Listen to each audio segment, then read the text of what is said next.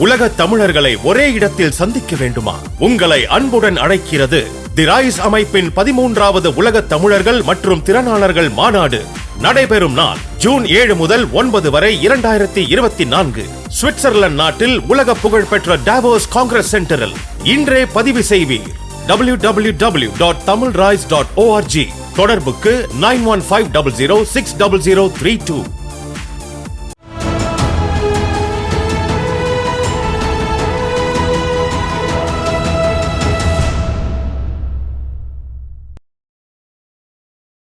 தமிழர் நேயர்களுக்கு அன்பு நம்மோடு ஃபாதர் ஜெகத் கஸ்பர் இணைந்திருக்கிறார். வாருங்கள் அவர்கிட்ட பேசுகிறோம். ஃபாதர் வணக்கம்.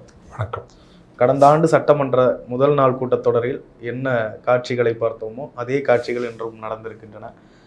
போன வருஷம் சில விஷயங்களை விட்டு ஆளுநர் உரையை படித்தார் RN ரவி அவர்கள். இந்த வருஷம் சிலதை மட்டும்தான் படிச்சிருக்காரு. நிறைய விஷயங்களை விட்டுட்டார். 2 நிமிஷத்தில் உரை முடிந்திருக்கிறது. முடிச்சுட்டு சட்டப்பேரவையை விட்டு சில காரணங்களுக்காக வெளியேறிவிட்டார். எப்படி பார்க்குறீங்க? ஆளுநர் அவர்கள் தன்னிச்சையாகவும் தன் எல்லைகளை மீறியும் நடந்து கொள்கிறார் என்று சொல்லிவிட்டு நாம் இந்த பிரச்சனையை கடந்து போக முடியாது. அவர் பதவியேற்ற நாளிலிருந்து இப்படித்தான் நடந்து கொண்டிருக்கிறார்.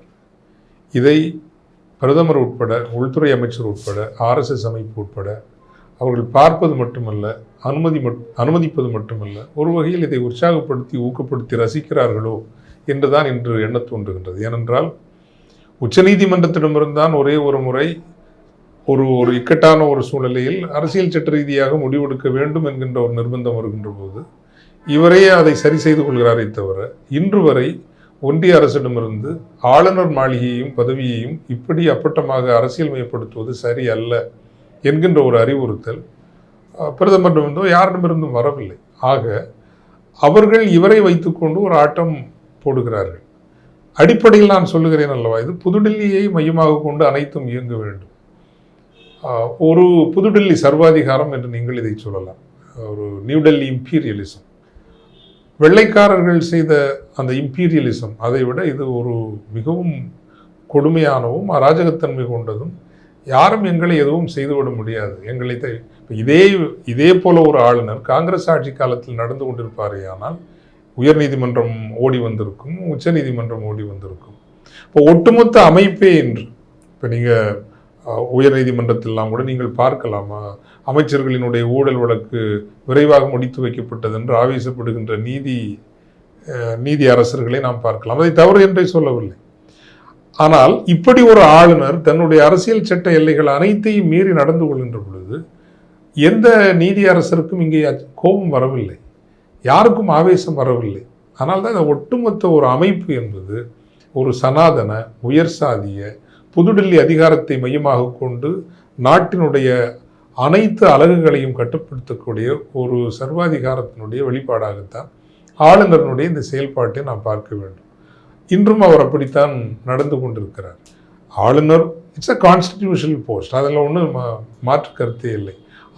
அந்த ஒரு பதவி இருப்பதற்கு காரணமே நாடு ஒற்றுமையாக இருக்க வேண்டும். அதில் புதுடில்லி அதிகாரத்திற்கும் மாநில அதிகாரத்திற்குமான ஒரு இணைவு புள்ளி, அது இசைவு புள்ளியாக இருக்க வேண்டும்.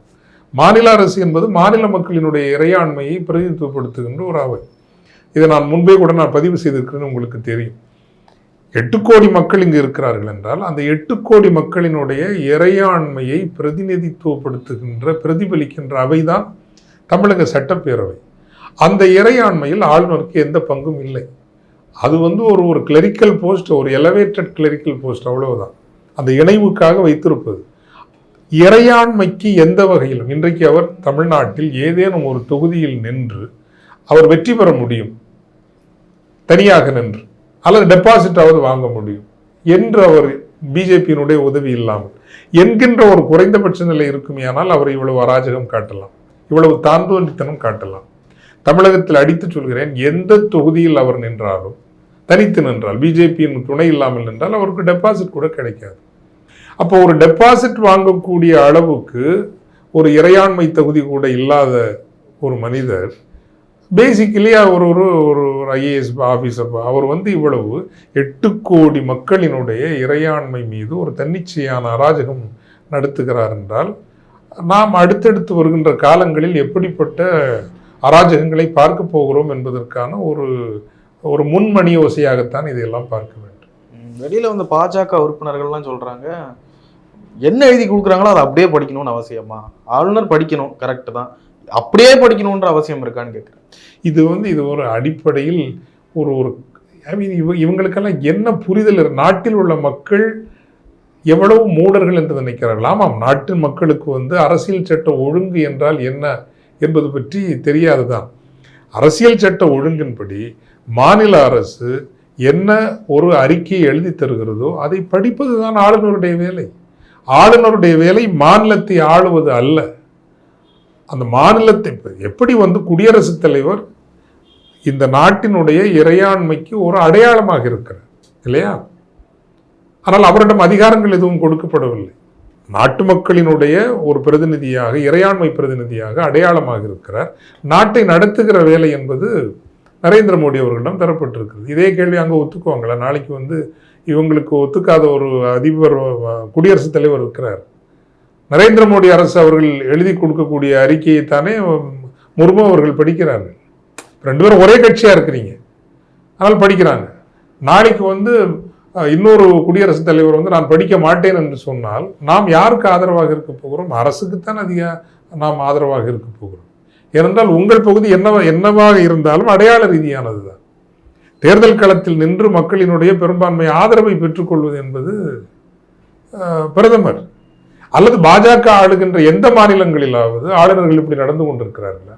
இல்லையே. அப்போ எப்படி இப்படி சொல்ல முடியும்? நீங்கள் உத்தரப்பிரதேசமாக இருக்கட்டும், மத்திய பிரதேசமாக இருக்கட்டும், எந்த மாநிலமாக இருக்கட்டும், மாநில அரசு கொடுக்கின்ற அறிக்கையை தான் அவர்கள் படிக்கிறார்கள் ஆளுநர்கள். அதுனா தமிழ்நாட்டில் மட்டும் அப்படிலாம் அவசியம் இல்லைன்னு சொல்றதெல்லாம் எவ்வளவு ஒரு கையால் ஆகத்தனம் இல்லையா? ஒரு அரசியல் அறநெறி ஒழுக்கம்னு ஒன்று இருக்கு. பொது ஒழுங்கு இது என்றால் அதுதான் ஒழுங்கு. அதில் மாற்றம் செய்ய வேண்டும் என்றால் நீங்கள் உரையாட வேண்டும், பேச வேண்டும். மாற்றங்களை கொண்டு வரலாமா, எப்படி கொண்டு வரலாம் என்று நீங்கள் பேச வேண்டும். மாநில அரசுக்கென்று சில உரிமைகள், அடிப்படை உரிமைகள், அதுவும் அரசியல் சட்டத்தால் உறுதி செய்யப்பட்ட உரிமைகள் இருக்கிற போது நாங்கள் அதையெல்லாம் கடைபிடிக்க மாட்டோம், அதில் என்ன அவசியம் இருக்குன்னு சொல்றது அரசியல் பொறுப்பற்றுத்தனம். இந்திய அரசியல் சட்டத்தையே அவமதிக்கின்ற செயல். ஆளுநர் சொல்றாரு, உண்மைக்கு புறம்பான நிறைய தகவல்கள்லாம் அதில் இருந்தது, அதனாலதான் புறக்கணிச்சோம் அப்படின்னு ஆளுநர் மாறிச்சு. அது உண்மைக்கு புறம்பு என்பது அவர் எப்படி முடிவு செய்வது? அவரே ஊர் ஃபுல்லா போய் தானே சொல்லிட்டு இருக்கிறாரு இல்லையா? திருவள்ளுவரை பற்றி இந்த மாதிரி ஒரு பொய் சொல்ல முடியுமா? திருவள்ளுவரை பற்றி, இந்த நிலத்தினுடைய அறக்கோட்பாடுகளினுடைய ஒரு ஒரு உன்னத முகமான திருவள்ளுவரை பற்றியே அவரையே சனாதனியாக்க முயன்ற ஒரு ஆசாமி தானே இவர். நான் அடிக்கடி சொல்வதை போல, நீங்கள் ஆளுநரை, நீங்கள் சார்ந்திருக்கிற உங்கள் மனு தர்ம கோட்பாடு என்பது வெற்றி பெறுவதற்காக எதையும் செய்யலாம் என்று கற்றுத்தருகிற கோட்பாடு. அதைத்தான் செய்து கொண்டிருக்கிறீர்கள். உங்கள் அதிகாரத்தை நிலைநிறுத்துவதற்காக நீங்கள் எதை வேண்டுமானாலும் செய்யலாம் என்று அனுமதிக்கிற, கற்றுத்தருகிற, வழிநடத்துகிற கோட்பாடு தான் உங்களினுடைய மனு தர்மம். அல்லது அதற்கு பிறகு அதோடு வந்த அர்த்த சாஸ்திரம் எல்லாம் கூட. ஆனால் எங்களுக்கு கற்றுத்தந்தவன் ஐயன் திருவள்ளுவன். ஈன்றாள் பசி காண்பாளாயினும் செய்யற்க சான்றோர் பழிக்கும் வினை. பெற்றவள் பசியாக இருக்கிற போது கூட நீங்கள் மேன்மக்கள் பழிக்கிற எந்த செயலையும் செய்து விடாதீர்கள் என்று கற்றுத்தருகிற ஒரு ஒழுக்கம் நமக்கு உரியது. ஆக அப்படிப்பட்ட வள்ளுவத்தையே நீங்கள் சனாதனத்திற்குள் கொண்டு வந்து நிறுத்துகிறீர்கள். தமிழ் பண்பாடு என்று ஒன்று இல்லை, எல்லாமே பாரதிய பண்பாடு தான். பாரதிய பண்பாடுக்கு உட்பட்டதுதான் தமிழ் பண்பாடு. பாரதத்தில் இருக்கக்கூடிய பண்பாட்டிற்கு வேர் மூலமாகவும் ஊற்று கண்ணாகவும் இருந்தது தமிழ் என்பது அறிந்தவர்களுக்கு தெரியும், அறிவுடையோருக்கு தெரியும். இதையெல்லாம் மறந்துவிட்டு இவ்வளவு வந்து ஒரு அராஜகமாக பேசுவது, அது எப்படி சொல்றதுன்னு எனக்கு தெரியல. ஆளுநர் அவர்கள் தேசிய கீதத்தை நான் முன்னாடி பாட சொன்னேன், அது பாடலை, பின்னாடிதான் பாடுவேன். அனைத்து நிகழ்வுகளிலும் முதலிலும் தமிழ்த்தாய் வாழ்த்து பாடப்படும், நிறைவில் நாட்டுப்பண் பாடப்படும். இது பள்ளிகள், கல்லூரிகள், பொது நிகழ்வுகள் எல்லா இடங்களிலும் கடைபிடிக்கப்படுகிற ஒரு முறை அல்லது மாண்பு. அதே போலத்தான் சட்டப்பேரவையிலும் கடைபிடிக்கப்பட்டிருக்கிறது. தமிழ்த்தாய் வாழ்த்துடன் தொடங்கி நாட்டுப்பண்ணுடன் முடிவுற்றிருக்கிறது. தமிழ்த்தாயை புறக்கணிக்கணும்னு நினைக்கிறார் ஆளுநர். இல்லை, அவருக்கு ஏதாவது ஒன்று இஷ்யூ கிளப்பணும். இது வந்து ஒரு வகையான திட்டமிடப்பட்ட, தானே சுமத்தப்பட்டு கொண்டு இந்த நோய் இல்லாமலும் அதை பைத்தியம் மாதிரி நடிப்பாங்கள வேலை ஆகிறது. இவருக்கு ஊடக கவனத்தில் இருக்க வேண்டும், ஊடகங்கள் இவரை பற்றி பேச வேண்டும்.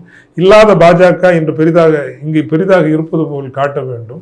அப்படி என்றால் நல்ல நாளிலேயே ஊடகங்கள் இப்போ இன்னைக்கு தான் நான் வந்து ஒரு தொகுதியினுடைய, சென்னையினுடைய ஒரு தொகுதி. அந்த தொகுதி ஒரு பாரம்பரியமாக பாஜகவுக்கு ஆதரவு உள்ள தொகுதி இல்லை தான். அது இடதுசாரிகளும் உழைக்கும் மக்களும் திமுக நிரம்பிய தொகுதி தான். ஆனாலும் கூட நானே கள ஆய்வுக்கு அனுப்பிய போது குறைந்தபட்சம் அவர்கள் ஒரு 10% வாக்கு பெறுவார்கள், அப்ரூவல்.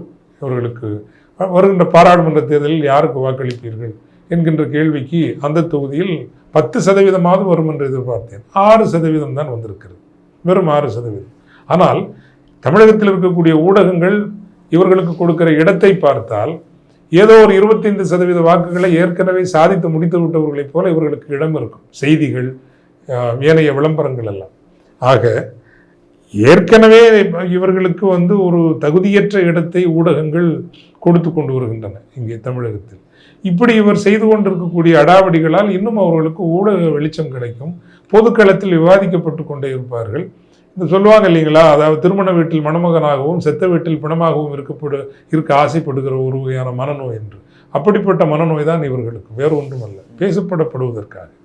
ஆளுநருக்கு இருக்கிற சிக்கலையும் நம்ம புரிஞ்சுக்கணும்ல. ஆளுநர் மத்திய அரசுக்கும் மாநில அரசுக்கும் ஒரு பாலமாக இருக்க வேண்டியவர். குடியுரிமை திருத்த சட்டத்தை அவங்க அமுல்படுத்தியே தீர்வோன்றாங்க, இங்கே அதை எதிர்ப்போன்றாங்க. ஸோ இதெல்லாம் எப்படி? கொள்கை அளவில் எதிர்ப்பு. இது இந்த நிலப்பரப்பினுடைய ஒரு நிலைப்பாடு. ஃபெடரல் அரேஞ்ச்மெண்ட்டுங்கிறதே அதுதானே. கொள்கை ரீதியாகவும் இப்போ என்ன குடியுரிமை சட்டத்தை தமிழகம் ஏற்றுக்கொண்டு விட்டதா? அது உரையில இருந்து ஆளுநர் படிக்க முடியாதுல்ல. எப்படி படிக்க முடியாது? ஏங்க, இப்போ நீங்கள் பாராளுமன்றத்தில் இப்போ குடியுரிமை சட்டத்தை எடுத்துங்க. பாராளுமன்றத்தில் குடியுரிமை சட்டம் நிறைவேறுவதற்கு அண்ணா திராவிட முன்னேற்றக் கழகம் அதற்கு ஆதரவாக இருந்தாலும் கூட இன்று அரசியல் ரீதியாக அது ஒரு எதிர்நிலைப்பாடு எடுக்கிறது. நாங்கள் தவறு இழைத்து விட்டோம், வேறு வழி இல்லை என்பதாக கூட வெளிப்படையாக அது சொல்கிறது. ஆக குடியுரிமை சட்டத்தை திராவிட முன்னேற்றக் கழகம் ஏற்கவில்லை, அண்ணா திராவிட முன்னேற்றக் கழகம் ஏற்கவில்லை, இன்று ஐயா ஓ பன்னீர்செல்வம் அவர்களும் ஏற்கவில்லை, பாட்டாளி மக்கள் கட்சி ஏற்கவில்லை, கொங்கு பாரதிய ஜனதா கட்சி என்கின்ற ஒரு கட்சியை தவிர வேறு எந்த கட்சியும் இங்கு தமிழ்நாட்டில் ஏற்கவில்லை. அப்படி என்றால் சட்டப்பேரவையில் இருக்கக்கூடிய பிரதிநிதித்துவம் என்பதை விடுங்கள், அரசியல் களத்தினுடைய கருத்து ஏறக்குறைய 90% மேலாக ஒரு கருத்தாக இருக்கிற போது, சட்டப்பேரவைக்குள் இருக்கிற கருத்து என்பது 95% ஒரு கருத்தாக இருக்கிற போது, அது என்ன நான் ஏற்றுக்கொள்ள மாட்டேன் என்று சொல்வது? ஒன்றிய அரசு சொல்லிவிட்டது, ஆனால் நான் இதை படிக்க முடியாது என்று எப்படி சொல்ல முடியும்? நீங்கள் இருப்பது தமிழக மக்களினுடைய இறையாண்மைக்கும் ஒன்றிய அதிகாரத்திற்கும் ஒரு பாலமாக. ஒன்றிய அரசினுடைய அதிகாரத்தை இங்கு கொண்டு வந்து அராஜக ரீதியில் நிலைநிறுத்துவதற்காக நியமிக்கப்பட்டவர்கள் அல்ல நீங்கள். மீண்டும் சொல்கிறேன், மாநில மக்களினுடைய இறையாண்மைக்கும் ஒன்றிய அரசினுடைய அதிகாரத்திற்கும் ஒரு இடைப்பட்ட பாலமாக இருக்க வேண்டியவர்கள் தான் நீங்கள். ஆக சட்டசபையில் எது பதிவு செய்யப்பட வேண்டும், எது பேசப்பட வேண்டும், எது நிறைவேற்றப்பட வேண்டும் என்பதை முடிவு செய்வது சட்டசபையில் இருக்கக்கூடிய பெரும்பான்மை அல்லது உறுப்பினர்களினுடைய அது உரிமை. அது ஆளுநரினுடைய உரிமை அல்ல. அதை நீங்கள் படிக்க முடியாதுன்னு சொல்ல முடியாது. படிக்க முடியாதுன்னா படித்து பார்த்துட்டு நான் வரலன்னு அங்கே அது மரியாதை. எனக்கு இது உடன்பாடு இல்லை, நீங்களே சபாநாயகரை வச்சு நீங்கள் முடிச்சிருங்க, அதுவே போதுங்க. அவைத்தலைவரை வைத்து முடிக்க வேண்டிய விஷயத்துக்கு ஆளுநர் எதற்கு என்கிறேன். ஆட்டுக்கு தாடி எதுக்குங்க? தாடி இல்லாமல் ஆடு பால் கறக்காதா? நல்லா கறக்கும் பால். அதனால் இந்த ஆளுநர் பதவியே அவசியமற்றது என்கின்ற போது மரியாதையாக அவர் அங்கேயே இருந்திருக்கலாம். இங்கே இதுக்கு இவ்வளோ ட்ராமா காட்டிட்டு போகணும் அவசியம் இல்லைல்ல. அதனால் சொல்கிறேன்ல, பிணமாகவும் மணமகனாகவும் இருக்க விரும்புகிற ஒரு மனநோயினுடைய வெளிப்பாடு அவ்வளோதான். சபாநாயகர் அப்பாவினுடைய செயல்பாடுகளும் விமர்சனத்தை கிளப்பி இருக்கின்றன. கோட்சே சாவர்கரோடு ஆளுநரை ஒப்பிட்டு பேசலாமா? ஆளுநரை பக்கத்தில் வைத்துக் கொண்டேன். இந்த மாதிரி நடக்கிற ஒரு ஆளை பற்றி என்ன வேணாலும் பேசலாம், ஒன்றும் தப்பு. சட்டப்பேரவையில் அதில் என்ன இருக்குங்க, மரபு இருக்குல்ல. சட்டப்பேரவை மதிக்க தெரியாத ஒரு ஆள்கிட்ட நீங்க என்ன வேற எப்படி நடந்துக்கணும்? சட்டப்பேரவையை குறைந்தபட்ச ஒரு மரியாதையை கொடுக்க தெரியாத ஒரு மனிதருக்கு என்ன பெரிய மரியாதை வேண்டி கிடக்கு? அவைத்தலைவர் சரியாத்தான் நடந்துக்கிறார், அவ்வளோ ஒன்றும் தப்புன்னு நான் நினைக்கிறேன். நீங்கள் இப்படியெல்லாம் நடந்து கொள்வீர்கள், நாங்கள் எப்போதும் மேன்மக்களாக நடந்து கொள்வோம் என்றால் ஒரு வகுப்பில் ஒரு பையன் எப்போவுமே ஒரு ரவுடித்தனம் பண்ணிட்டு பிரச்சனை பண்ணிகிட்டே இருக்கிறான்னா நீங்கள் ஆசிரியர் என்ன சொல்லுவார்? கெரவுட்னா சொல்லுவார், எழுந்துனல் கெரவுட் சொல்லுவார். அதே மாதிரி தான் சொல்ல வேண்டியிருக்குது, வேறு வழி இல்லைல்ல. என்னதான் சொல்யூஷன் ஃபாதர் அதுக்கு? தொடர்ந்து இப்படிதான் பண்ணிக்கிட்டே இருக்காங்க. இப்போ எல்லாம் இப்போ ஜெயலலிதா மட்டும் கவர்மெண்ட்ல இருந்திருந்தா இந்த ஆள் இப்படி பண்ணியிருப்பாரா? பண்ணியிருக்க முடியுமா? அந்த வகையில் திமுக மிகவும் பண்போடு நடந்து கொள்கிறது. பண்போடு எடுத்துக்கலாம், திணறுதுன்னு எடுத்துக்கலாம். திணறுதுன்னு சொல்றதை விட அவங்க கொஞ்சம் சண்டை போடாம கொஞ்சம் பக்குவமா போகுமே அப்படின்னு தான் நான் நினைக்கிறேன். இன்னைக்கு அப்படி பண்ண மாதிரி தெரியலையே. மேடையிலே இது பண்றாங்க, ஒரு விஷயத்தையும் அவங்க படிக்கலைன்னாலும் நாங்க ஏத்துவோம்ன்றாங்க. இல்லை அது கரெக்ட். வந்து அவரை இருக்க வேண்டிய இடத்துல நீங்க இருத்தி வைக்கணும். அதுக்குள்ள தில் இல்லைன்னு கூட ஒரு வேளை சொல்லாமான்னு எனக்கு தெரியல. வந்து ஆனால் பொதுவாக மாண்புமிகு முதல்வர் அவர்களினுடைய செயற்பாடு என்பது ஒரு அடாவடி அரசியல் வேண்டாம். இது கன்சிஸ்டண்டாக இருக்கார்ல, பதவியேற்ற நாள் இன்று வரைக்கும் அவரை பொறுத்தவரையில் ஒரு அடாவடி அரசியல் வேண்டாம் என்கின்ற ஒரு நிலைப்பாட்டை அவர் எடுத்து அதன்படி கட்சியை அவர் வழிநடத்துகிறார். அதில் நமக்கு வந்து மாற்று கருத்து இருக்கலாம், அது வேறு. ஆனால் அவருடைய அரசியல் என்பது அடாவடி அரசியலாக இருக்க வேண்டாம் என்கின்ற ஒரு நிலைப்பாடு எடுத்து நடத்துகிறார். அது அவருக்கு வசதியாக போகிறது. ஜெயலலிதா இருந்திருப்பாங்கன்னா அவங்க வந்து வாட்டர் சப்ளை கட் பண்ணி விட்டுருவாங்க, கவர்மெண்ட் மாளிகைக்கு தண்ணி போகாது. ஆமாம், செய்து அந்த அம்மா அந்த தில் அதுக்கு இருந்தது, எல்லாம் பண்ணியிருப்பாரா அவர் டாய்லெட் போகிறதுக்கே வெளியேருந்து தண்ணி விலைக்கு வாங்கி வர வேண்டிய நிலைமை வச்சுருப்பாங்க. அதை கூட கட்சிக்காரர்களோடு போகக்கூடாதுன்னா அவங்க பண்ணுவாங்க. அதான் ஒரு டிஃப்ரெண்ட் பீரியட். அது இன்னொரு காலகட்டம்னு வச்சுக்கோங்களேன். வந்து கலைஞரும் ஜெயலலிதாவும் அரசியல் நடத்திய காலகட்டம் என்பது அது வேறு ஒரு காலகட்டம். முதல்வருடைய செயல்பாடை பற்றி பேசணும், எனக்கு எதிர்கட்சி தலைவருடைய செயல்பாடை பற்றி பேசணும். எடப்பாடி பழனிசாமி அவர்கள் வெளியில வந்து இன்னைக்கு நடந்த சம்பவம் குறித்து அவர்கிட்ட கேட்கிறப்போ அது அவங்க பிரச்சனை, இதுல நம்ம எப்படி சொல்ல முடியும்? முதலமைச்சரும் ஆளுநரும் பேசி தீர்த்துக்கணும், அது அவங்க கிட்ட தான் கேட்கணும். இதுதான் அவரோட பிரச்சனை. ஏன் வந்து திமுக அதான் நான் இப்போ நான் ஒரு சர்வே எடுத்ததில் கடந்த தேர்தலில் நீங்கள் யாருக்கு வாக்களித்தீர்கள் அப்படிங்கிற ஒரு கேள்வி இருக்கும். அப்போது அந்த கேள்விக்கு வந்து கடந்த தேர்தலில் திமுகவுக்கு வாக்களித்தவர்களில் 7% பேர் வாக்களிக்கவில்லை இந்த முறை. ஆனால் இருந்தாலும் உங்களுக்கு கம்ஃபர்டபுள் லீட் இருக்குது, அது வேறு. ஒரு 48% வாக்குகளை அவர்கள் தக்க வைத்துக் கொண்டிருக்கிறார்கள். அது ட்ரெடிஷ்னலாக வந்து அவங்களுக்குரிய தொகுதி. ஆனால் அண்ணா திராவிட முன்னேற்ற கழகம் கடந்த தேர்தலில் வாங்கியதை விட 4 புள்ளி குறைந்திருக்கிறது. அது முக்கியமான தேய்மானம். ஏன் அது இப்படி தேய்ந்து கொண்டு வருகிறது என்றால், மிக முக்கியமான பிரச்சனைகளில் வழவடா குழவலா என்றும் ஒரு நிலைப்பாடு எடுக்காமல் கடந்து போகிற அந்த காரணமும், கட்சியினுடைய எல்லாரையும் நாம் ஒன்றிணைத்து கட்சியை காப்பாற்ற வேண்டும், ஒரு போட்டிக்கு தகுதியான கட்சியாக மீண்டும் கொண்டு வந்து நிறுத்த வேண்டும் என்கின்ற அக்கறை இல்லாததும் தான் முக்கிய காரணம். நிறைய விஷயங்கள் பயன்படுத்திய நன்றி. உலக தமிழர்களை அழகின் உச்சமான சுவிட்சர்லாந்தில் சந்திக்க ஓர் அரிய வாய்ப்பு. தி ரைஸ் அமைப்பின் 13வது உலக தமிழர்கள் மற்றும் திறனாளர்கள் மாநாடு நடைபெறும் நாள் ஜூன் 7ஆம் தேதி முதல் 9 வரை 2024 சுவிட்சர்லாந்து நாட்டில் உலக புகழ்பெற்ற டாவோஸ் காங்கிரஸ் சென்டரில். முன்பதிவிற்கு www.tamilrise.org. தொடர்புக்கு 9150060032.